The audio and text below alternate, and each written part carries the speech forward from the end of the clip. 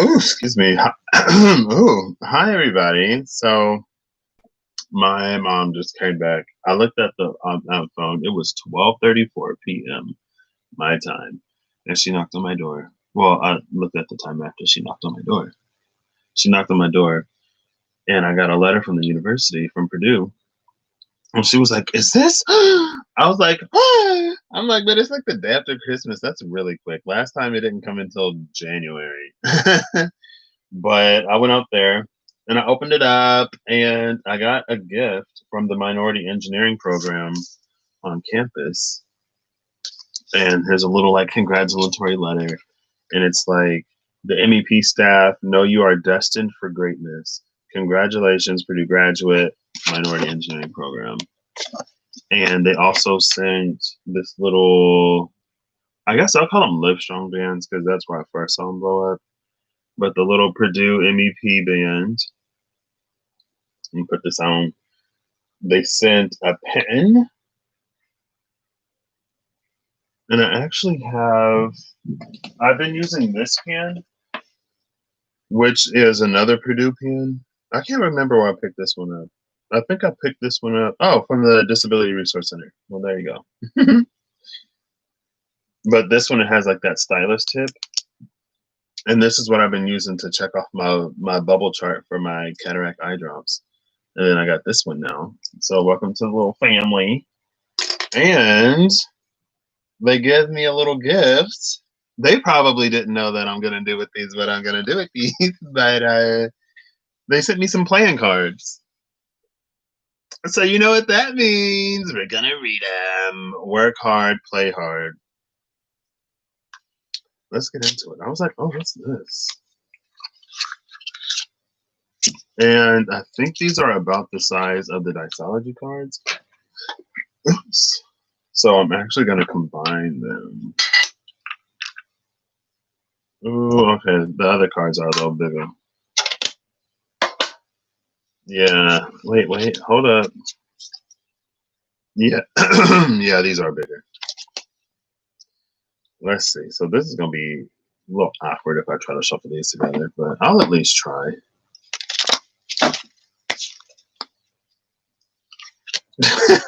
I mean,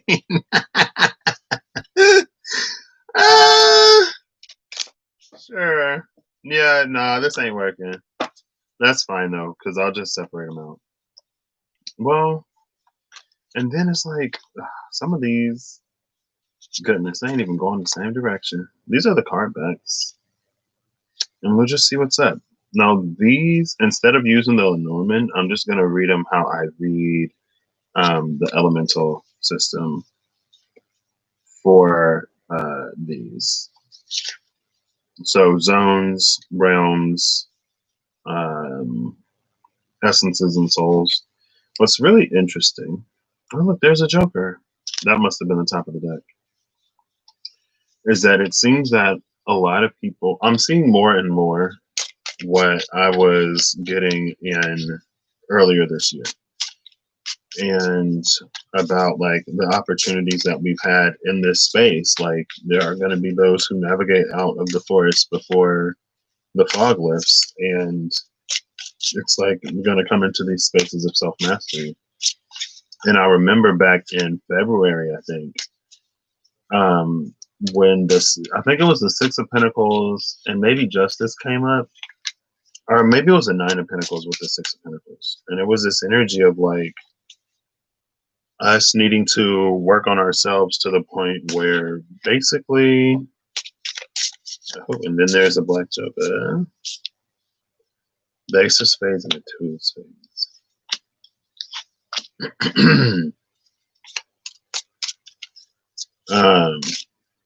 Basically, it's like we have to increase our own worth. I've also been saying stuff like, you know, we need to increase the worth of our spiritual coins, and our spiritual coins translate to physical pentacles.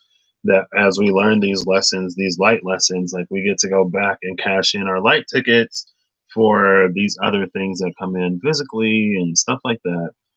And I remember specifically saying back in February, again, I didn't even, what did I say? Toxic relief.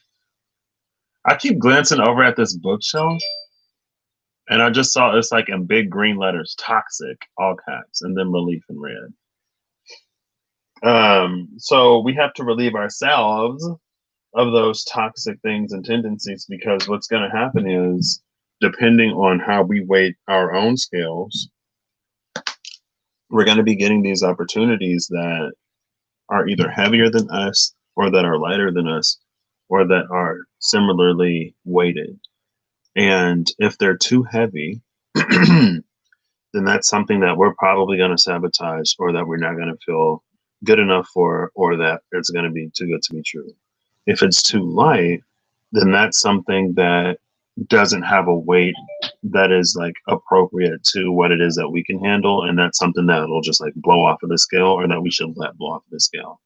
And it's these things that are equally weighted that we will accept into our lives. And so since February, I guess, or March, I'm pretty sure it was February, um, the name of the game was to increase the weight on your side of the scale. And then everything kind of sort of happened, which made it difficult. Admittedly difficult to do that, but there's always choices, right? And it's like there's always, like, life is always unpredictable. And like it doesn't necessarily take a mass level of unpredictability, because we can experience that in our everyday lives. Collectively, though, there was a lot of that. And it's also interesting because I just saw somebody earlier today. I'm kind of watching YouTube today and playing video games until this came in. But he was like, in the beginning of all the COVID stuff, like a lot of people were afraid. And then it was like a lot of spiritual people, or a lot of alternatively free thinking people were like, oh, this is fake, it's a hoax, or whatever. And they were in that spot. Some of them are still in that spot. And he was like, it wasn't until somebody in my personal life actually got it that I was like, oh, wow, this is actually real. And I remember saying maybe in June, and it's interesting because yesterday I pulled out the storybook, the Bible stories, and it was about Jonah. And I was like, Nineveh didn't, Nineveh wasn't destroyed because the people changed. But Sodom and Gomorrah was destroyed when Noah was building that ark, the earth was flooded. And the thing about the rainbow is that it's like God's promise to never like flood the earth again. Now, fire and brimstone technically wasn't water. So, um, but maybe instead of like his promise to not flood the earth, it's just like giving us the ability to change before that happens, instead of it just like happening, right? It's like, all right, I'm gonna save the people who are already where I want them to be, and the rest of them are just effed. And we'll start all over. Now it's like, okay, we'll give them some time, we'll give them some warning. If they change, then there's no flood, there's no fire and brimstone, no destruction. If they don't, then hey, it's coming. You had ample opportunity and whatever. And I just remember being like, the divine is like, if you're being tested by the divine, it's not, I feel personally, more often than not, it's not a fake out. Like it isn't, oh, like this isn't real. It's like, no, this is very much so real, and you need to do the things that you need to do to make sure that you are positioned to ride through this. But hey, what do I know? It was just interesting that now that we're closing the year, I feel like more and more people are kind of sort of, or I'm experiencing more and more um, people who are kind of sort of aligning to what it is that I've been on for a hot minute. And I try to tell people, but again, at the same time, we all have our own lives. And more often than not, we don't do the things that we need to do until we have to do them. So, playing cards on demand, starting with the Ace of Spades into the Two of Spades. This is Ace of Zones into the Two of Zones energy. This to me, especially with the Joker, is this the big Joker or the little Joker? It might be the big one.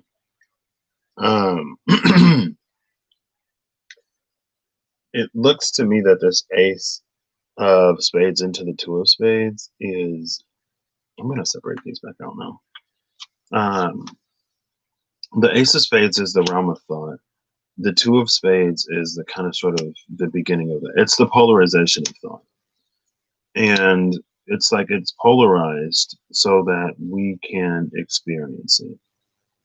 When it's a singular entity, it's very difficult for us on the level where we are to be able to grasp the fullness of it.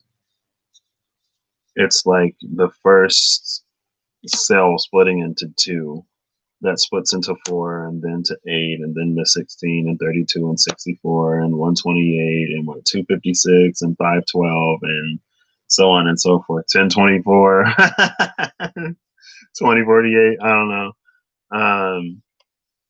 But it's the beginning of all of that. And with the Joker here, I feel like it's really trying to get us to see that there's so much that we still don't understand. We've been really sort of wrapped up in our experience of what everything has been. And it's time to allow that to broaden.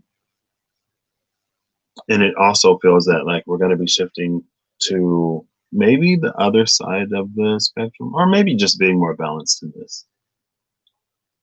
Because the Joker also juggles. So maybe it's that. We're going to be centering and we're going to be moving closer to the center of that scale of zones. And zones is it's everything that precedes the physical. And so it's after fire and water, because fire and water together make the air. And then when the air cools something down, it solidifies into earth or something like that. Where the air freezes the water and it's solid. Um, and so it is this.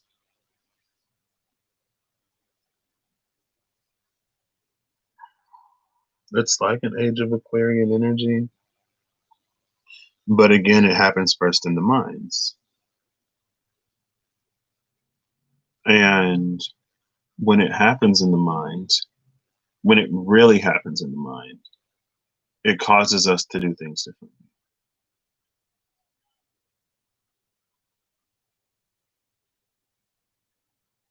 The card that came out is the Nine of Clubs, and it says, an immediately met request, a land where all seasons reside, and a return to center. Oh, there's a return to center. The only part the only part I read was like an immediately met request. I was like, okay, I don't know where I'm going with that one. But that return to center is the balancing on this polarity, closer and closer and closer to universal mind, closer to the understanding that it's like an understanding and an acceptance of paradoxes, that there is both oneness and separation at the same time, that there is both the self and others, but neither the self nor others, all one at the same time, that if there is light, there has to be shadow, that just because there is shadow doesn't mean that we necessarily have to consign ourselves to the acceptance of that shadow. And like so many other things. There is a root throat connection here. And the root throat connection, I guess, would be that if we don't handle those things in the root that need to be addressed, then it's like we continuously put that out and affirm it through the space of the breath. And at first it was like, well, the breath, like if the breath isn't connected to anything, then like it's not that an affirmation or a manifestive mindset is like void, but if it's not connected to any kind of power, then um it is it's just something. The word is like not in my mind and I don't want to say crippled. But it does. It cripples our ability to utilize the fullness of our power. That's what I said before, but now it's like, well, if it's connected through the root to that toxic stuff or the bad stuff, then like when you speak, that's what's going to have the most power. The Nine of Clubs, since this came out here, we're going to go to the Lenormand. There's a bunch. I said the root and the throat. This is the sacral in the throat. The element of earth, Taurus, and the Hierophant. So there's a double Taurian energy. And I'm gonna see what 41 is too, because I'm curious if that's more like this is earth heavy. And I've been talking about the Hierophant. Like you can't have a Hierophant without a devil. You can't have a devil without a Hierophant. And so that's that sort of paradox of like when you consign to one, you also do to the other. Now, because I switched this to light mode and my ink is still yellow, it may be a little difficult for me to read. I'm going to have to go through and change all of these colors. Okay, I'll just flip the colors. This is easier. So, 41 is, yeah, it's in the earth. It's the six. It's the six of realms. It's six of pentacles energy. Oh my gosh, the Six of Pentacles has been haunting me lately. It's been popping out everywhere, literally everywhere. I even went live on the other channel last night and the Six of Coins came out. I'm like, oh my gosh, there it is again. So it's the Six of Pentacles, which is a Taurian energy. Taurus, the Hierophant, Earth, the sacral, and the throat. And last time I went through the chakras in that chakra check-in video, there was that connection between the root and the sacral, where if we're not addressing what we need to address at the root, that's what we create with the sacral. Like even if you don't necessarily want to, even if you're trying to manifest something differently, if that's where it's like if that's where you put the most weight, then it's going to take a lot more of something that weighs less to equal it out, right? It's like we're trying to displace a boulder with feathers. It's going to take a lot of feathers, moving with a lot of force to move that boulder.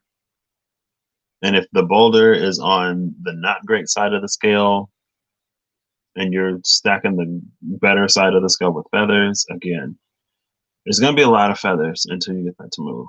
Because on Earth, that's how gravity works.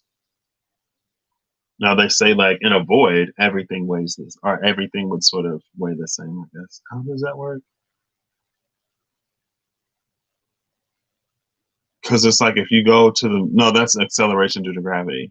Like if you go to the moon and you drop a feather and you drop a bowling ball, then theoretically they would land at the same time. But because of the gravity on Earth and the bowling ball is heavier, the bowling ball will hit the ground before the air does. Also, there's air on Earth. And a feather is aerodynamically sort of designed to have some kind of buoyancy in the air. Because like birds use them to fly, right?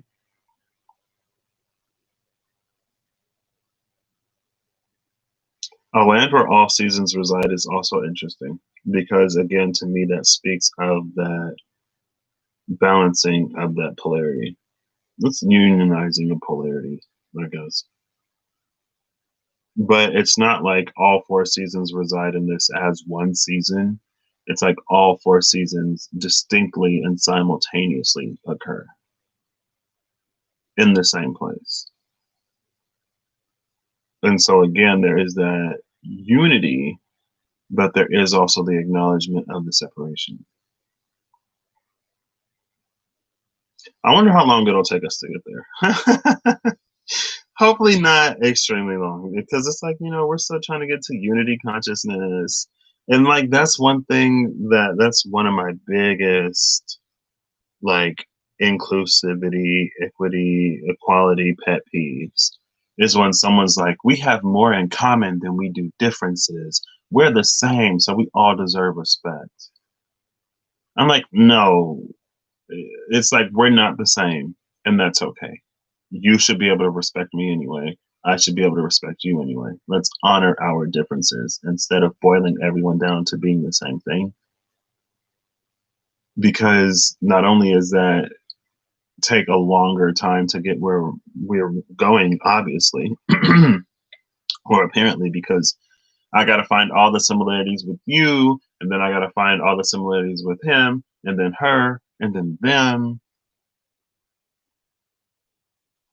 When in reality, it's like the body works because every organ is specialized and everyone has a task. Like that was one of the first major evolutionary breakthroughs was when cells started to be specialized. Well, I guess first when they came into communities, and then when they started to specialize in those communities. But anyway, I didn't do the Lenormand for this, so I'm gonna find the Lenormand. The Lenormand. I can't believe that was the six. I guess I should be. I believe it now. The six of coins, six of pentacles, six of rounds, just everywhere. You can't escape the six of pentacles.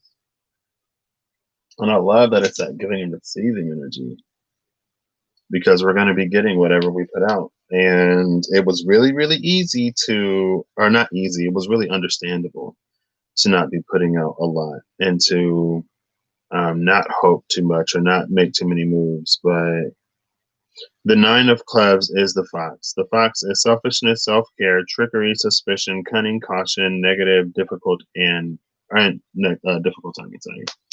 The fox is interesting. Oh, this is the eight, girl. This is the eight. Oof, I'm all the way off. The eight is the mountain, so it's not necessarily that much better. But we saw the mountain yesterday. I'm pretty sure that was yesterday when I had the, I used those cards twice. The archetypes, so I don't know archetypes by Kim Krans. And the mountain was in the vision. So it's when I did, it's eclipses, solstices, and whatever it's titled. Because that came out before everything. It was the vision, but in the vision was the mountain. And also the cave. But going back to that fox energy for a hot second, fox energy has come to be that which lures out the snakes in the grass. The foxes use their kitsune magic to turn themselves into mice to lure the snakes out of the grass. And when the snakes think that they're going to eat the mice, the foxes turn into mongoose or mongooses and they eat the snakes. And then they turn back into foxes and they go about their day and do whatever they do. I don't know. But it's this energy of like a divine decoy, I guess, maybe almost like divine decoy energy. And it goes back to the energy of the three, which is catalytic. Oh, look, there's three right here. These two together, it's the three of zones. So a three being catalytic. Bloomin' Bros, what up, what up, what up, what up, what up? I hope you have had a happy holiday. And I hope you have a happy new year in a week. How you doing? But with that three energy, like a catalyst is something that changes something else, but it in and of itself is not changed. And so like all of this is happening, not all of this, but a lot of this, if you choose to take the perspective that this is happening to illuminate something to you that you can address and change so that you can move forward. If you take that perspective and act in accordance, chilling, happy holidays. That's what I'm about to be doing. I was playing some games and then these came in the mail. Shout out to the school. Shout out to the minority engineering program. They sent me like this congratulatory letter with some playing cards, a little Livestrong armband, and some other stuff. My mom was like, is this the degree? And then I felt it. I'm like, wait, the degree would like fill this out completely. So this isn't the degree. But it's coming. I was like, it's really early. It's the day after Christmas. Smart people. Oof, I try. It was really, and there is like an engineering superiority complex at Purdue is very much so there. You'll get people like, oh, we're in, and even the engineering majors between themselves like compete with each other. Like who's the smartest, who's program is the hardest or whatever. And I'm like, this is difficult for everybody. This ain't easy for nobody here. Purdue is not just giving out degrees. Purdue is not in the business of doing that. Purdue will crush you and then like build you back stronger. Maybe that's why so many people have school pride. It's like when you're in the military and they break you to remake you. I'm like, ooh. But anyway,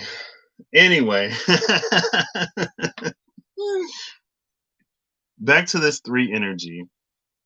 When it comes to the mind and when it comes to our ability to connect to that which determines on more subtle levels what our physical experience is, we've had the opportunity to see the scale and also to determine our place on it. And the events that have transpired, it's not that they're like with that catalytic energy again, it's transpiring, it's happening to get you to change. And once it facilitates the change within you, it goes back to its original confirmation and it does the same to something else, somebody else.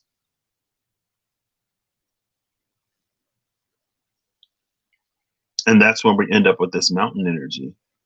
I feel like there's this two of swords indecision, that's also this eight of swords blindness that keeps us limiting ourselves in ways that we didn't have to. So your godfather graduated from Purdue University? Oh, snap.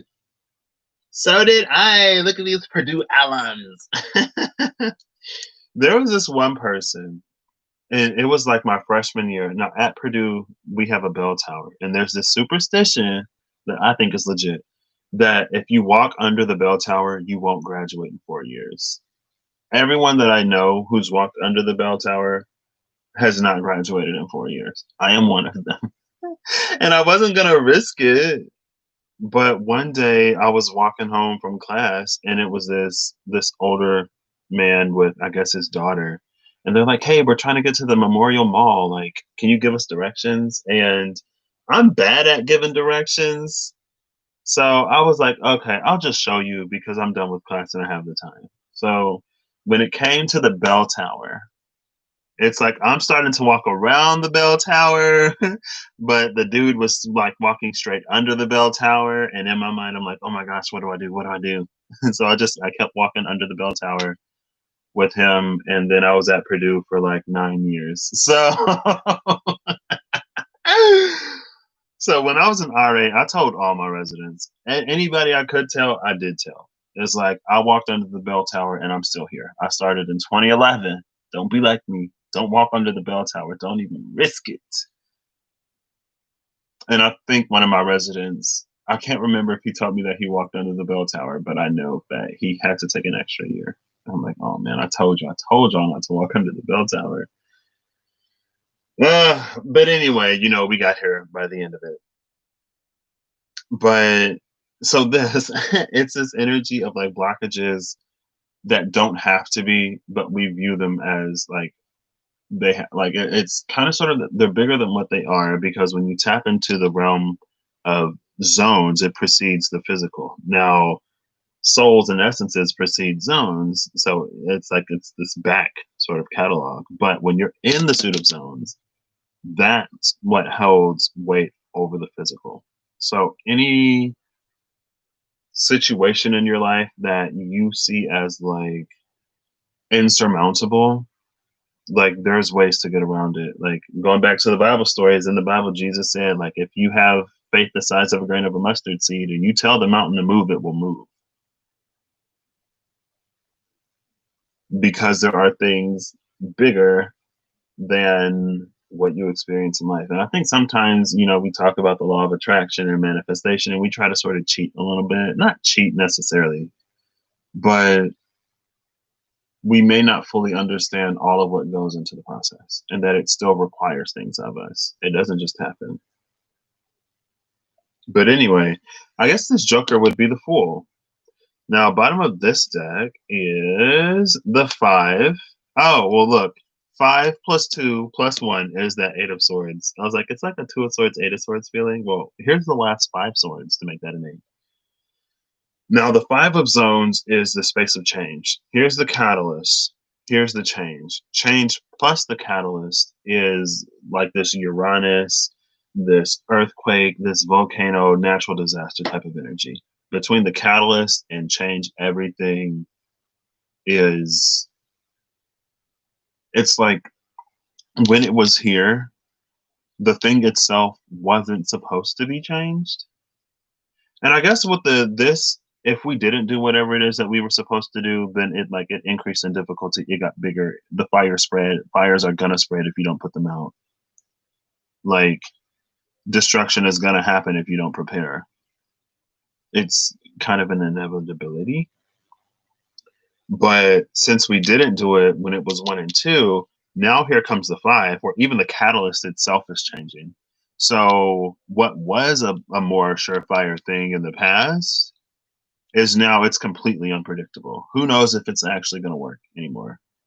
We can't recover the catalyst, and we still have product to make. So now we just kind of sort of got to hope that either it works out or they figure it out on their own. And it kind of sort of creates a bigger mess. And maybe it's that bigger and bigger and bigger mess that leads to the destruction because we're not doing the things that we need to be doing. That's a choice that we all make for ourselves. Bottom of the deck over here is the Four of Diamonds. Four of Diamonds is dawn before the first day of a new world. An old earth passed away and a breathtaking sight. 44, 13, which is another 4, 2, 6, 1, and 2. And this is the 4. So there's like 3 4s and then a 13-4 on this card. An old earth passed away. Oh, that's the Aksunare I've been talking about for a minute. The dawn before the first day on a new world.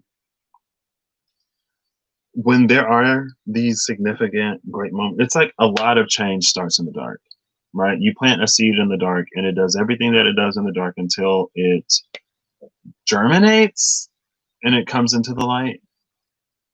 And the same happens within people. It's like if you see someone who's turned their life around, that probably started inside of them before it started happening outside of them. So if you're primarily focused on the outside, it's like you may never experience it. It's like if you're waiting on something to happen for you to quit smoking or quit drinking or to go after your dreams or to quit your job, like if you're waiting on another job before you quit one job, or if you're waiting to win the lottery before you quit your job, it may never happen. Eventually, you just have to take the initiative and do what you need to do and set things right in the ways that are most effective, that most govern the direction of our lives to get that down here. Because with this like 4 of zones energy, this is stagnancy in earth, and this is earth in its element. So if you're in the 3D, in the physical, trying to make things happen 3D physically, it's like you're fighting earth on its home turf. And you might win, but and there are easier ways to go about doing it. And it is like it's such this like beautiful energy, but it happens after the mess. It's like when something dies in a forest and nature comes in and breaks it down so something new can grow where it was. You know, it's like it's time to just let some things go. So Blooming Rose, if you want some cards, because you've been here, I have not like pulled anything. I feel like anybody really in a minute. What is this? Oh my! Did y'all see that? Maybe you didn't see it because I think I pulled the cards off the screen. I was literally just giving this a little bit of a shuffle. And look, you see that? 6 of diamonds. That 6 of realms, 6 of earth, 6 of coins, 6 of pentacles energy just keeps, it's haunting me. It's haunting me. A single blade cuts through the tempest, calming the winds. A dislodged hunk of cheese. 51, 14, 11, 5, 1, and 3. But yeah, anyway, Blooming Rose. Oh, Rose needs cards. The Jack of Spades, the beginnings of self-realization, caring for one's mental space, and preparation to welcome something big. Preparation to welcome something big. I'd love that. Okay, Blooming Rose, what kind of cards do you want? Do you want some of these, or do you want like a tarot deck, oracle deck? Is there any kind of preference for the cards? Also, let me know what I'm looking for, what your question is, what you need, or what I can help you with. Oh, this feels like gorgeous. This is so gorgeous. Tarot, gotcha. Now, I don't know how many of the decks that I have that you know. I'll pull a few down. And then I'll let you choose which one you want. This is going to be... Hold up. Okay, here we go. I'm like, where did my thing just go? I'm going to need to find a case for these. I actually have another little playing cards deck. I need to get that out. It's like tiny.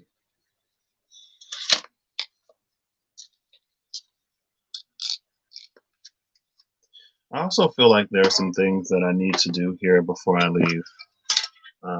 And so I need to get on doing that. Because once I'm gone, I'm gone. And it's not that I'm not coming back, but I'm going to be living my best life.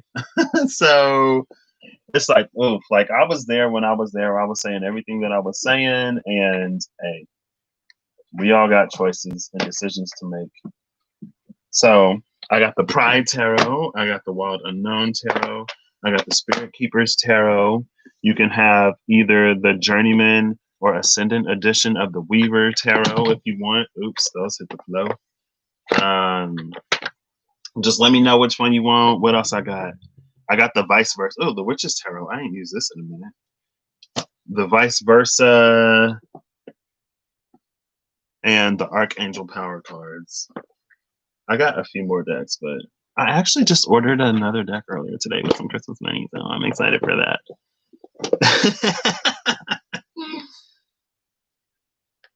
So which one do you want, Blooming Rose? Let me know. And the Archangel Power cards.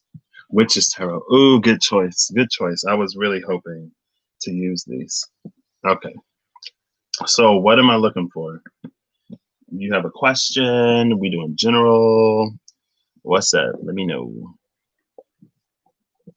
As I put some of these back. I'm splitting us apart.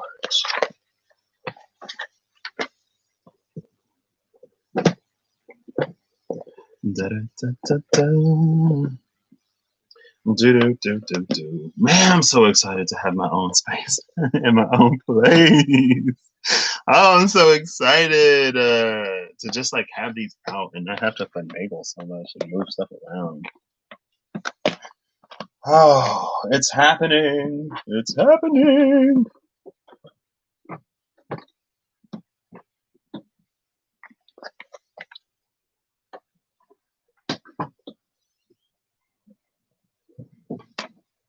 Okay, general love. All right. General love. I just got a big whiff of this lavender thing that I have. It's this little lavender smell good thing that I have in my room, but I don't always smell it. And I just got a good smell. Oh, I love lavender. So let's give this a few shuffles.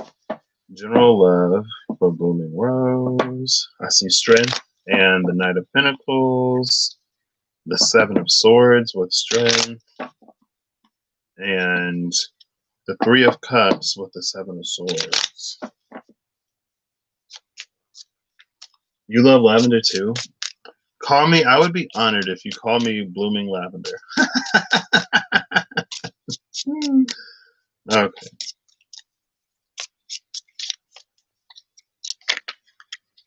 All right. Okay. So the Hangman. Oh, I didn't even see the Knight page. The Fool. It is the Fool. Okay. I get confused between the Page of Wands and the Fool in this deck sometimes. So the Hangman, the Fool, and the Tower. I'm feeling it this way because this is how I saw them. So the Hangman, the Tower, and then the Fool.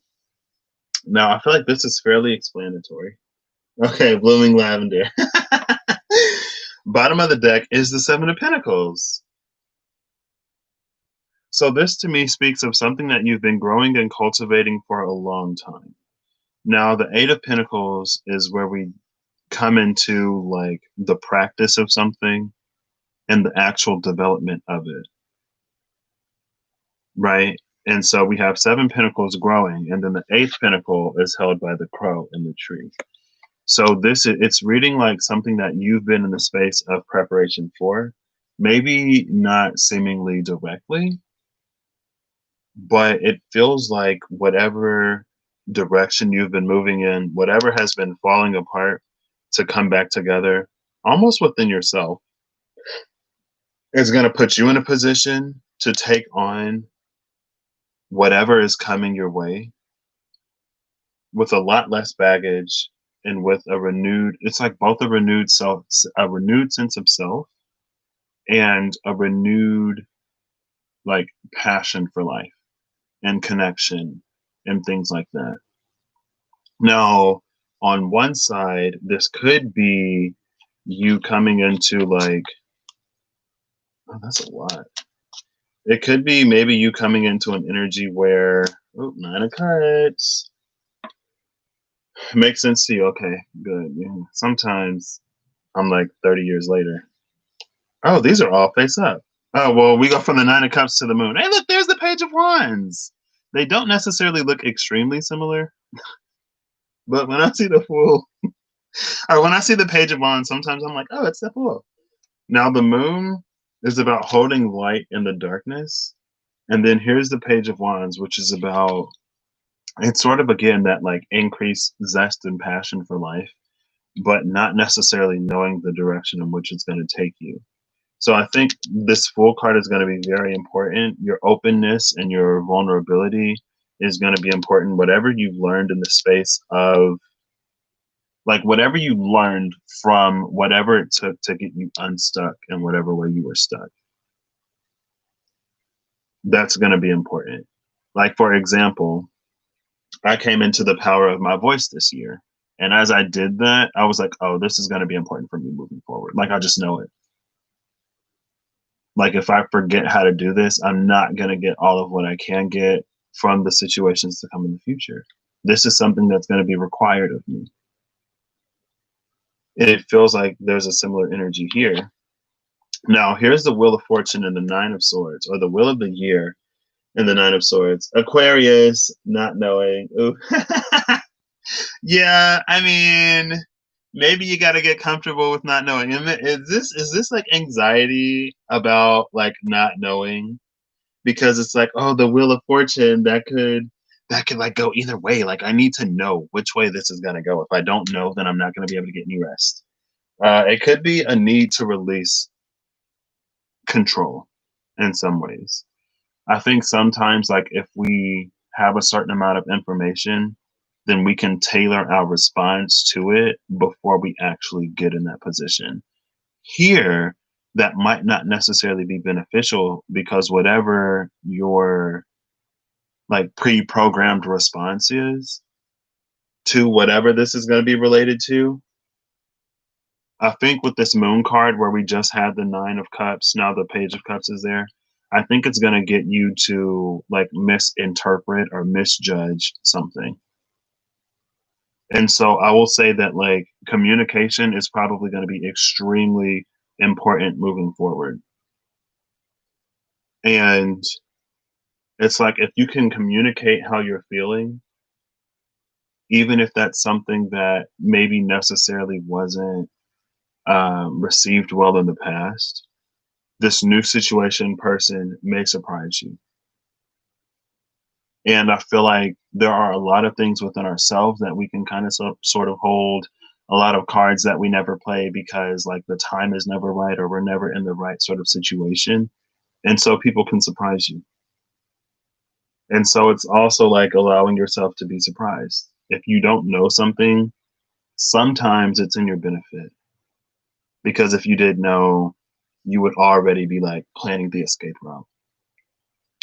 So I'm seeing like lots of vulnerability in terms of like allowing things to unfold how they are. And like we're human, and so there may be some worries or some concerns that come up, but I feel like with communication, they will be like put to bed. Okay. And so, oh, I just saw the lovers. The Four of Wands, and then the Six of Pentacles when I was shuffling. And it's ended on the Queen of Swords. So definitely be heard, speak up. And if you see something that isn't right, speak to it. But it's like bring it up from maybe a more concerned place instead of an accusatory place. Because I think that'll go over a little bit better as well. Also, with this tower, there could have been some moments in your life, like for example, like if you do need to release that control, you could have had some experiences where like you had absolutely no control over the situation. Three of Cups almost came out with the Three of Cups, Six of Pentacles, and the Four of Wands. I keep seeing that Six of Pentacles. I just saw it again with the Ten of Cups. There's the Four of Wands, Nine of Cups. Oh my gosh. And then the Sun card. I keep seeing the Four of Wands, the Six of Pentacles. Okay, let's get a final card. There were Nine of Cups, Six of Pentacles. I feel like if you've gone through something where like you did not know and you had to release control again, it's something that you may just have to get comfortable with, unfortunately. But I'm gonna flip these over. I did just see the Eight of Swords. Okay, let's end this out. Oh, I told you I kept seeing this card. This is gorgeous. Bottom of the deck is the Eight of Swords, though. And I feel like with the Eight of Swords, again, to me, there may be this hesitation to overthink it. Or with this Eight of Swords, it's feeling like seeing shadows of the past. So whatever didn't work out before, I would say it would probably be beneficial for you if you haven't already. You love an earth sign, but you have blooming rose. Let me put my reading glasses on. You love an earth sign, but you have a hard time trusting it all. Okay. Everything on the table right now is gorgeous, besides the Eight of Swords and the Nine of Swords. With the Wheel of Fortune, the Tower, and this Four of Wands, I feel like if you can, he's back. Oh, wait. So is this someone that you've dealt with in the past where it didn't necessarily go great and he came back? And that's why you have a hard time trusting him? Oh, girl, you're going to have to tell me about this one. But I guess I will say, like, real quick, where I was going with this. Yes. All right.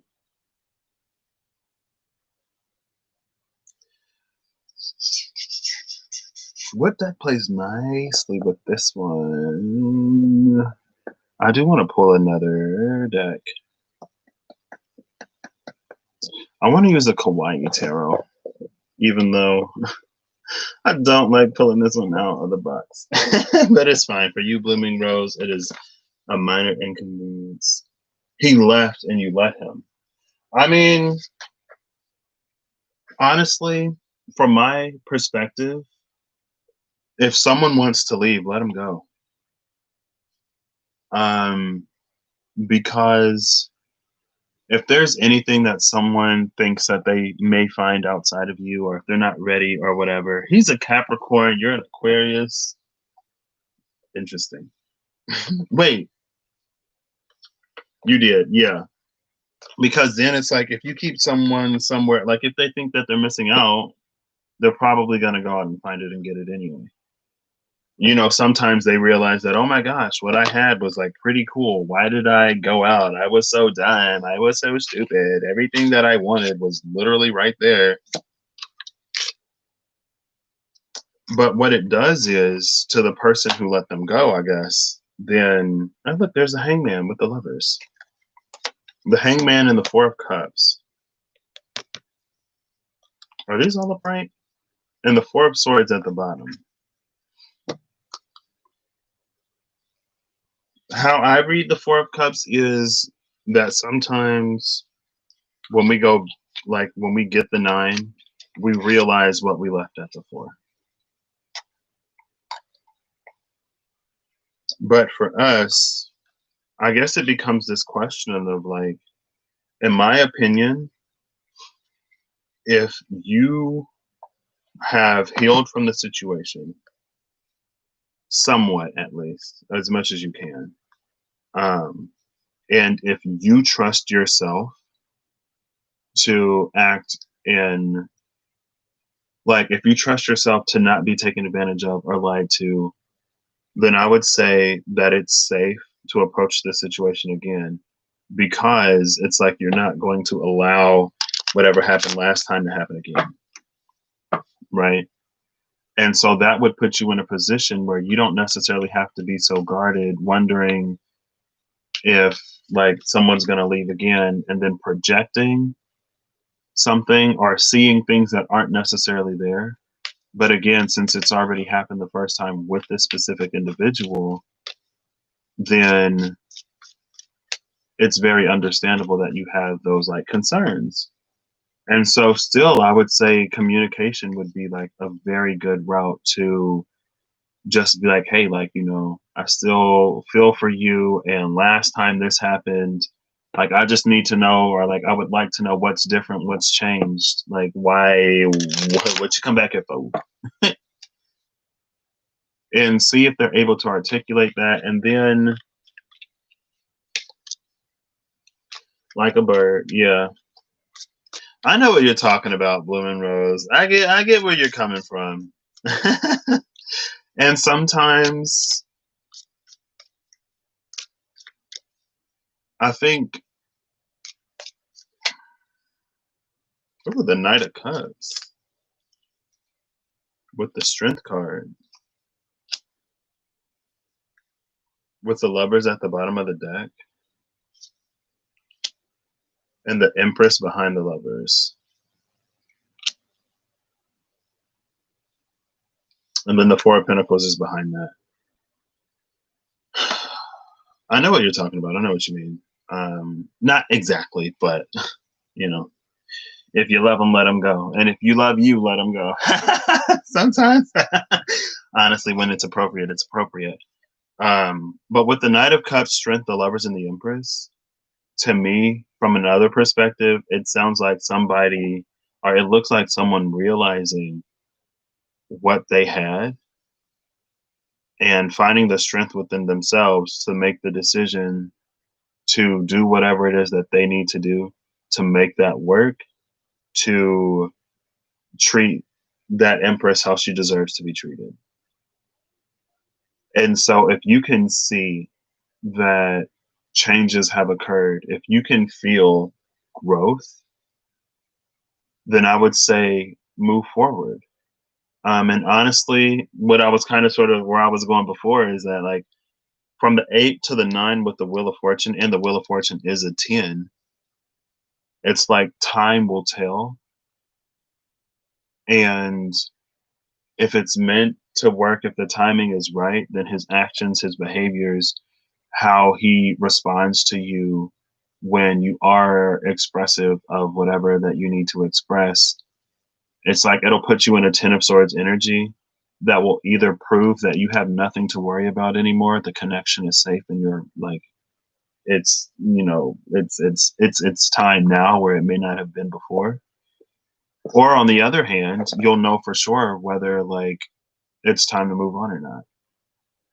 I think with the Four of like Wands being at the bottom and the Fool card being here after the Tower, I would say give it a chance. And not knowing and not really being able to trust are difficult.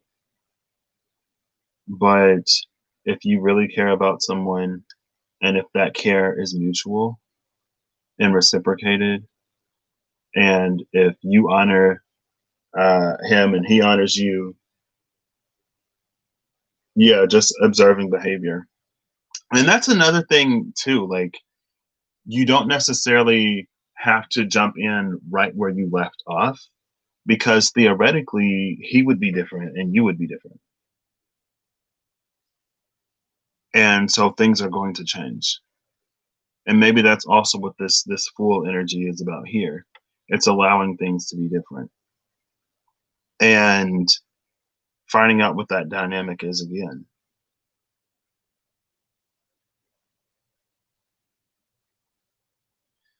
I wish I had some like romance angels.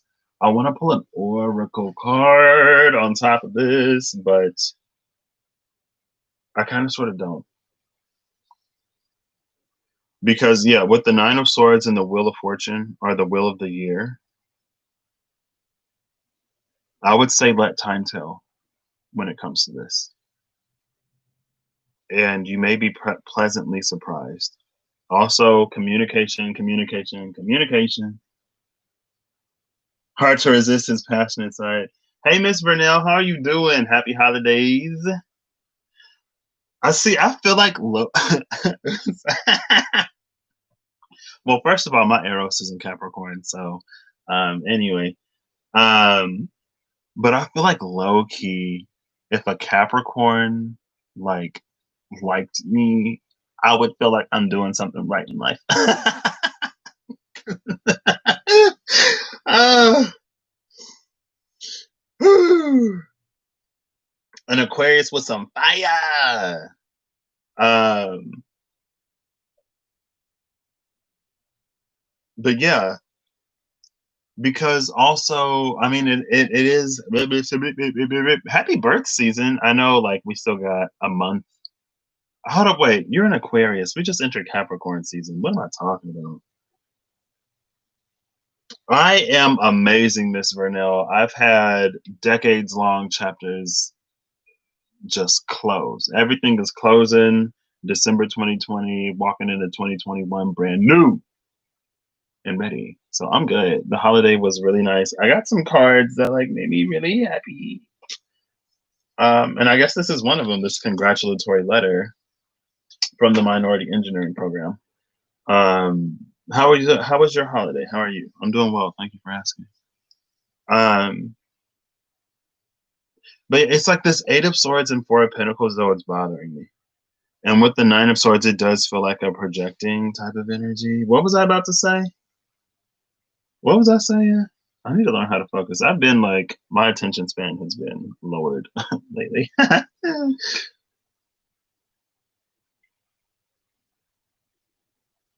But also, I guess the thing with Capricorn would be, oh, I was gonna say that Jupiter and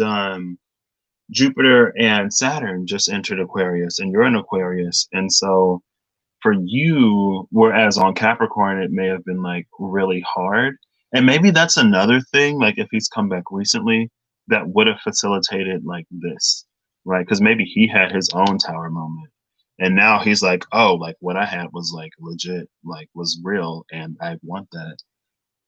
But I feel like Capricorn would be really good. It was great. Glad to hear it, Mrs. Vernell, or Miss Vernell. Um, like with Capricorn, it would be like I feel like that's a type of energy that would show you, or like that would prove it to you. So yeah, yeah.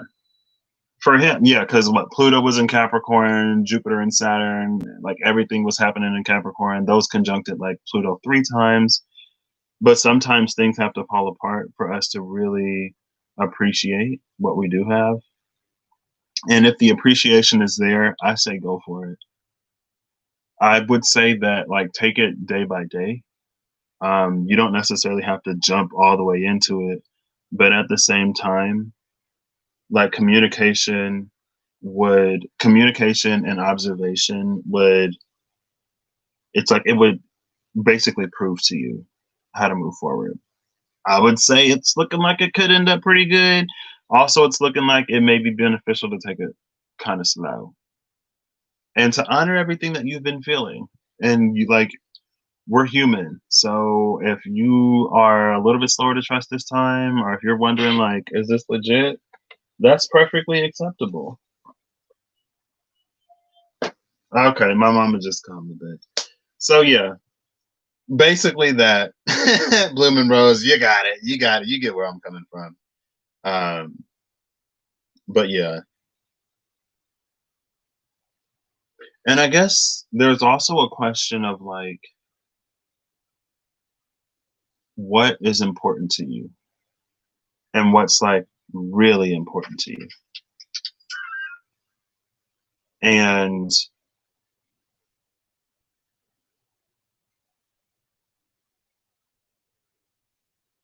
I don't know if it's worth it, it's worth it.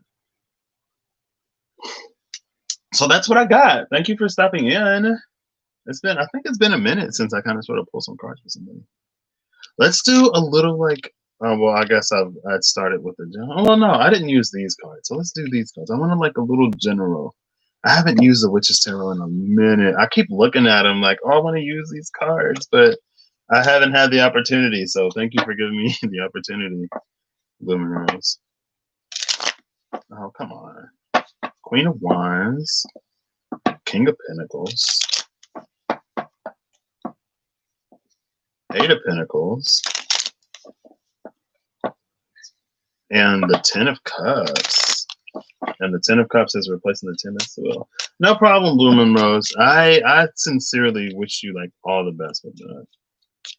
Because if that's as gorgeous as I feel like it could be, then like, but again, like it's not that it won't necessarily take work, but it's like when you enjoy what you do, you never work a day in your life. And that's what they say, right? Okay. Let's go. Queen of Cups, bottom of the deck is the Fool, and Temperance, the Hermit, and Strength. Come on, come through, majors. The Queen of Cups with the Fool at the bottom of the deck. This is like, I guess, the final message overall, general for anybody, everybody. If it resonates, take it always, right? Now, I'm kind of sort of going to read all these as one. So on this side is the Queen of Cups. And the Queen of Cups I'm reading as pre-High Priestess energy, especially since we have all these other majors here. And so it can be an energy of feeling that something is a certain way, but not necessarily trusting that you have all of the information that you need to have, even if you might have all the information that you need to have. And so here is also Temperance, the Hermit, and Strength. Temperance, the Hermit, and Strength, to me, reads as slow and steady. And with the Fool, eventually, like if you take step by step, you'll make it outside of your comfort zone. Step by step, you'll make it across the finish line. It's a very like Knight of Pentacles type energy, but also with like some fire behind it. It's like Chariot. It's like the Chariot, but a little bit slower. Because it's not necessarily as sure. But that's fine, because confidence is something that we gain as we go. We pick up speed and momentum as we go. But I would say, like, trust the work that you've been doing with the Hermit and the Strength card. Like, if you've been going through that, like, alchemizing temperance energy within yourself, then trust it and trust that, you know, that will be rewarded. And if you've connected to that which is deeper inside of you, then even if things don't work out, like you don't necessarily have to worry about it. It's not going to be the end of the world or as whatever as it was before. Right? So that's what I got from these. What's at the top of the deck? I'm just curious. Ooh, the Nine of Wands. Now this, I love this Nine of Wands because she ain't beat up. She like, okay. And like, you want to go another round? I can go another round. This is like, it's a battle-hardened energy, but it's not like wounded and scarred and reclusive and like fearful. that's someone who knows that like they have the power to keep it moving. And it's like, I'm gonna be fine. I will be okay. If I gotta punch somebody, if I gotta chop somebody in the throat, then I'll chop them in the throat and keep it moving. And that's that, like, it's a pre-Queen of Wands energy, which is like pre-Empress energy. Okay, now over here, oh, I see the Three of Wands and the Two of Wands. Three of Wands and the Two of Wands. Ooh, Eight of Cups. Yep, that's a movement. With that Three of Wands, whatever we're going to, it's like this brand new area that's going to take us outside of things that we know. And it's like we have to be okay with that. I think sometimes like we really like we manifest these amazing lives of love and abundance and like not having to worry about all of the things that we worry about. It's very much a star energy. But when it comes time to actually receiving any of that stuff, then it's like, oh, like I've never had this before. And like, I don't like, is this too good to be true? Is it going to work out? Like, am I worthy and deserving of this? Is this too much? And then it's like, we kind of sort of, we freak out and we sabotage it. And then on a certain vein, it's like, well, is this not what you asked for? Is this not what you've been working for? Like, hello? That was you the end of 2019, wounded, not now. I'm glad to hear that. Like, I've been, I think honestly, I'm the type of person that like, I don't remember pain well. And so like, if I was hurt, like if I broke my leg yesterday and I was in the worst pain of my life, and if you talk to me like next week, I'll be like, yeah, I broke my leg one time. I don't think it hurt that bad though, even though I was like crying when it happened. Like, oh my gosh, this is the worst thing that's ever happened to me. A week later, like, oh yeah, it was fine. No biggie.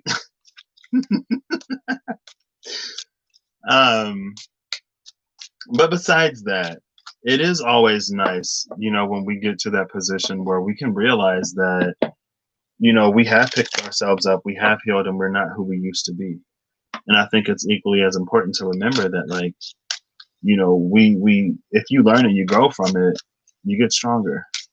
So I love that, Blooming Rose.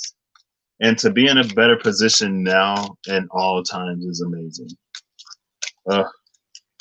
Okay, final message from the Kawaii Tarot, please. Is y'all like not talking? They're like, oh no, we want to read. Okay, I'll pull 5 cards.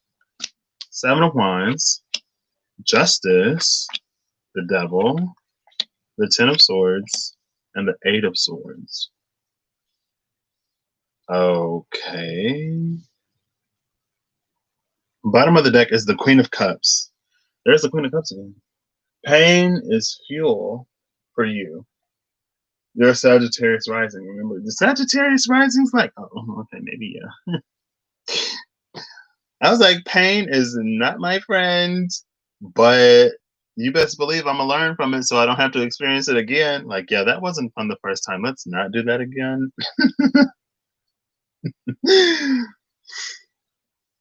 Okay, this is interesting. With the Queen of Cups at the bottom, I guess it's going back to that vision or an incomplete vision that we have. And sometimes when we don't know, we do kind of sort of freak out. And depending on what our foundation is,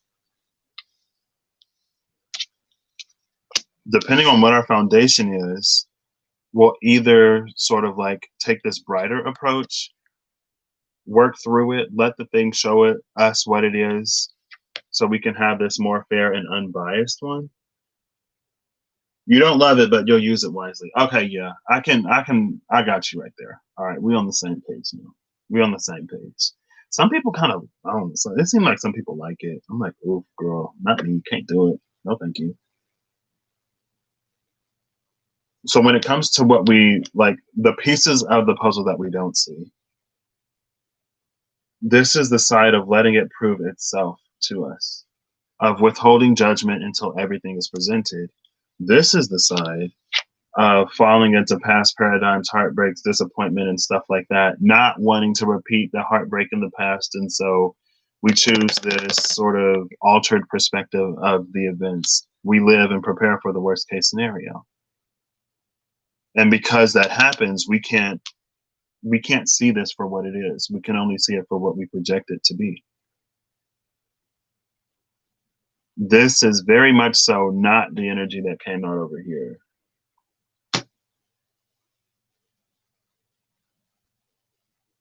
Is there anything that can get us? Oh, that's a whole bunch of cards. I'll do it. Why not? This is what's going to get us to the other side. If I can find the cards I flipped over. Here we go. Oh, it's not that many. This is what's going to get us to the other side. All right. The tower is at the bottom of the deck now. We have the sun.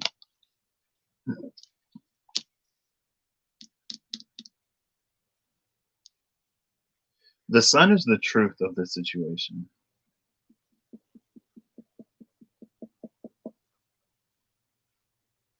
I guess the question is like, can we handle the truth?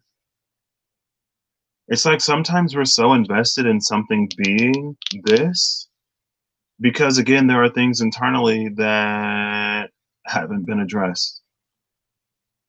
And sometimes it's easier for us to blame somebody else for something falling apart than it is for us to take responsibility for our own shortcomings.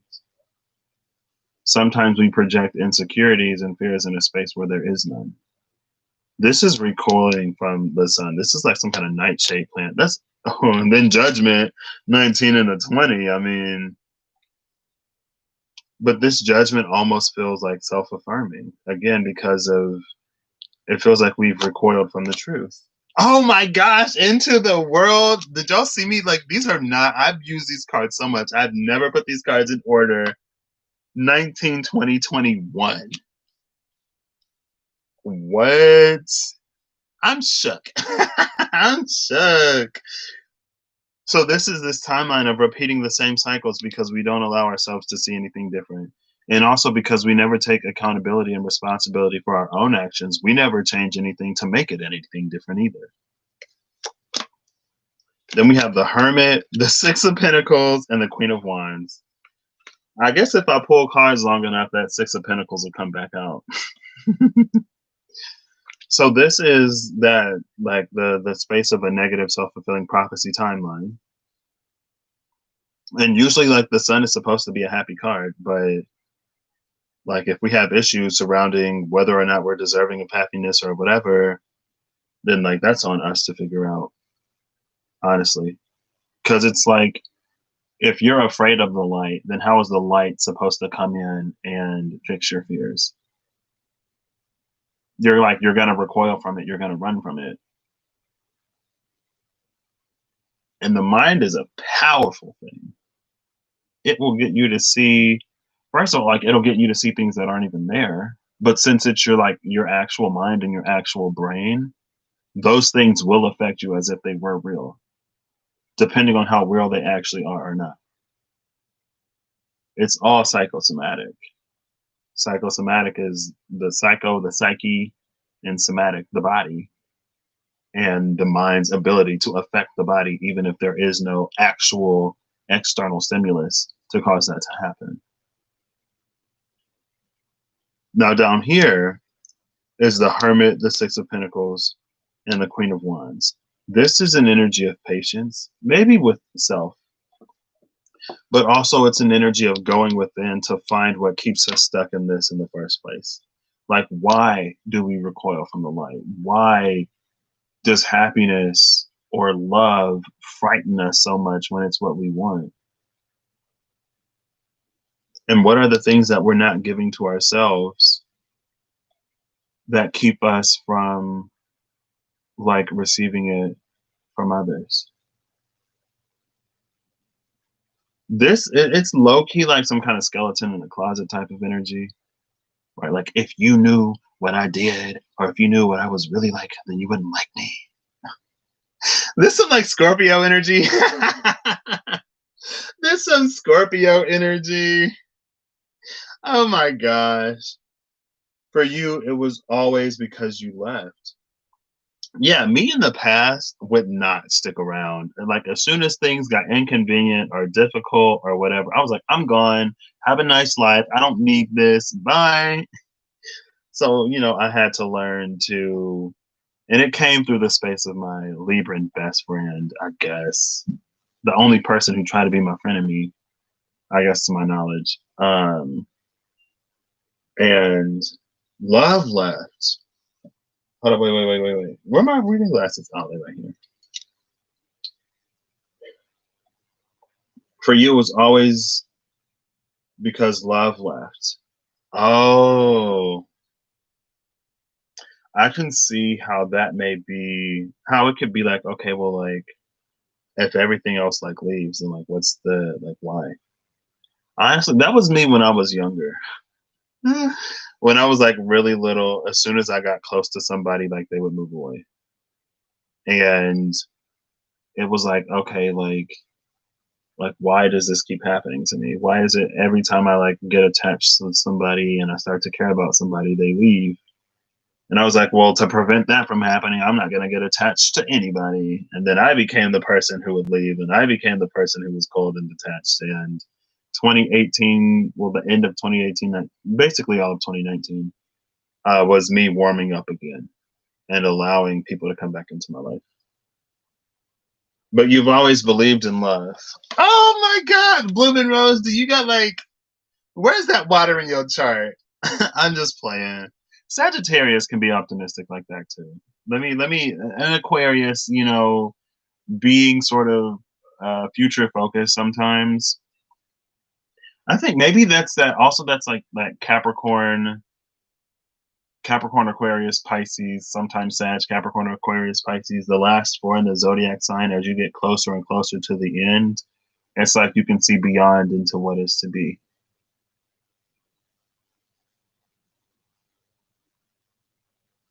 Mm. So this kind of big for you then, Blooming Rose, to have someone come back and to be, you're a Pisces, Venus, and Vedic. Okay, I wanted to ask like Blooming Rose, where do you have Pisces? But I was like, Pisces ain't the only sign that can be like that. So let me stop. But I felt Pisces so strong. um, but yeah, if that was your experience in the past, and if that was something that's been a challenge for you, I can see why there would be a lot of like Eight of Swords, Nine of Swords type of energy, even if it is good. Um, but yeah, and it's like sometimes we're challenged. Capricorn moon and Vedic. What is a Capricorn moon? I mean, I'm not gonna get wait. Wait, I know someone who's a Cap moon. I think she's a Cap moon and rising.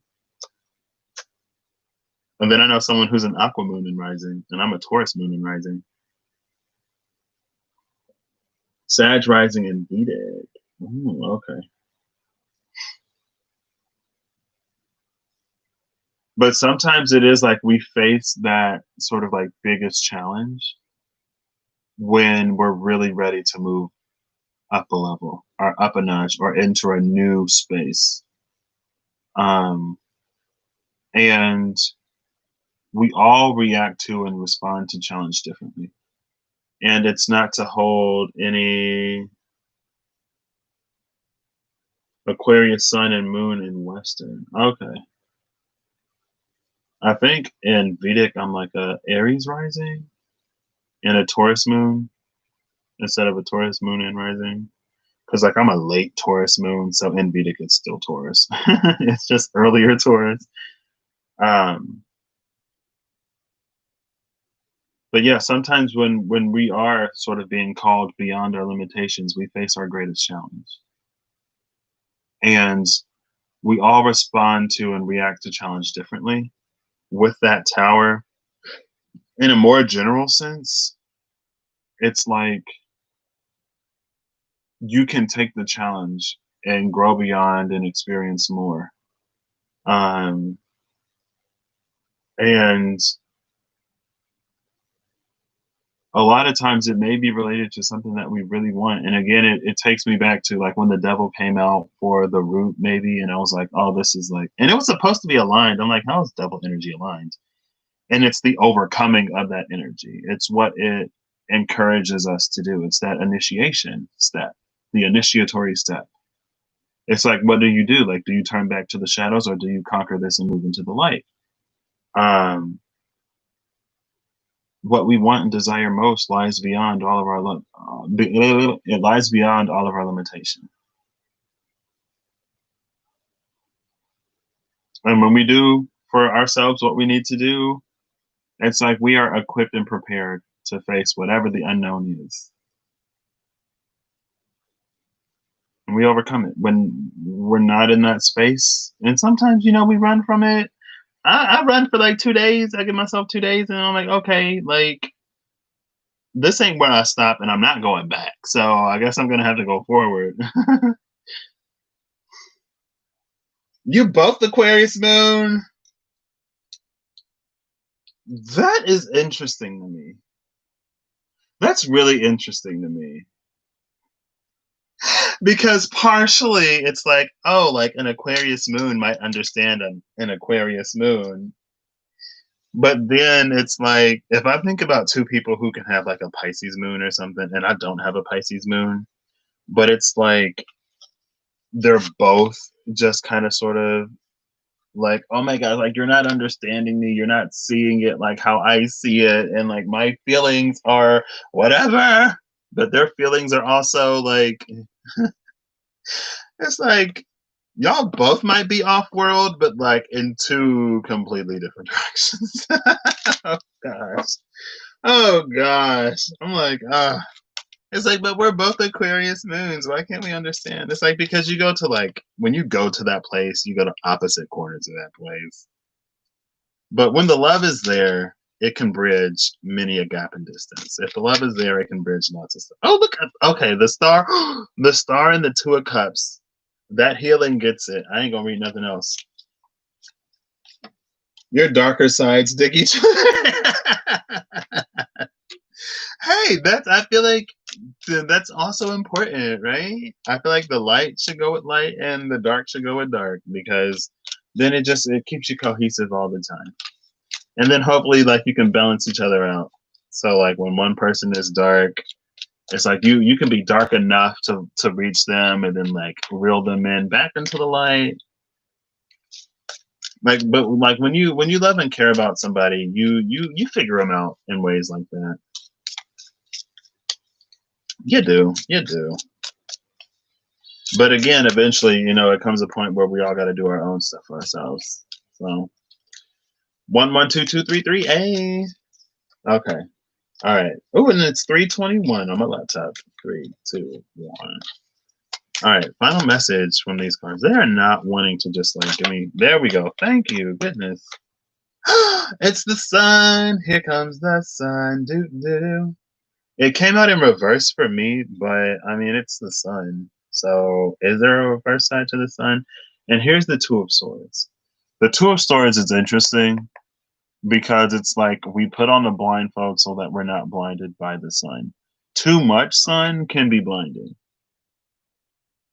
And so, but this feels like an energy of someone who's like, I need to be realistic. I have to be realistic. And it's like, yeah, you can be realistic, but you can also appreciate the thing for what it is. Oh my gosh. Y'all see? Oh, wait, that's the Eight of Pentacles. I was like, y'all see what I just cut to? The Eight of Pentacles. Oh my goodness. It's the Six of Pentacles, the Six of Pennies, Seven of Swords, and the Two of Swords. Don't convince yourself out of it. What was I talking about? I already forgot. But something about the sun being too bright, so like we blind ourselves or something. I don't know. My brain just left. My brain just left the building. That train of thought has departed the station, and nobody knows where that thing is going. The life of Pisces Mercury in the 12th house. That train of thought is just completely gone. But with the sun and the Eight of Pentacles, like this is something that will prove itself to you if you allow it to. It will prove itself. And you have to be in a position to allow it to do so. Because it's like, if you're just going to continue to project everything from the past, then you're always going to see whatever that is. And it's like, it'll never be enough to convince you, because you've already convinced yourself.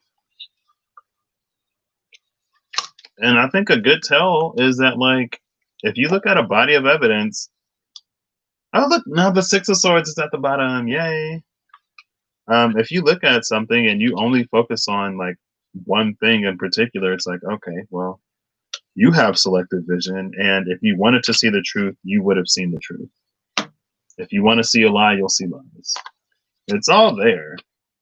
And it's telling from an outside perspective.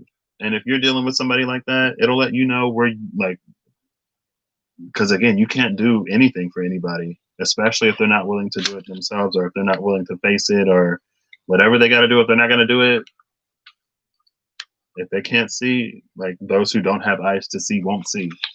Those who don't have ears to listen won't hear. It's unfortunate, but hey, what can you do?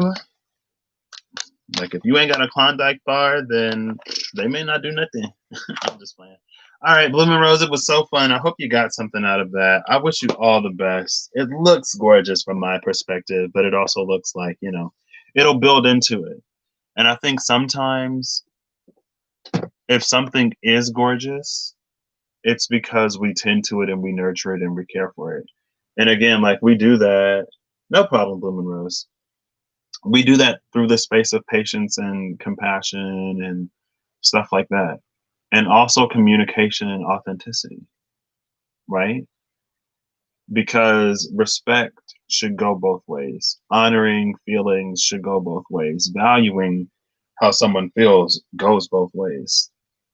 And if that reciprocity isn't met, then it's almost like it's destined to fail. But to ensure that it is, again, you have to speak. And so, sometimes there's going to be like little disagreements, because, you may be in your feelings and they may be in their feelings. And, you do your little timeout, you calm down, you get whatever, you meditate up, you get yourself a drink, or like a protein smoothie, or you go touch a tree or something. And then you come back balanced and ready to engage in an actual conversation. Like, hey, like, I was triggered, you were triggered, like, no conversation would have happened. So, I thought it best that we get some space. But I care about you and I still want to make this work. So let's talk about it. And then that's when it becomes something gorgeous, because you put the work into it.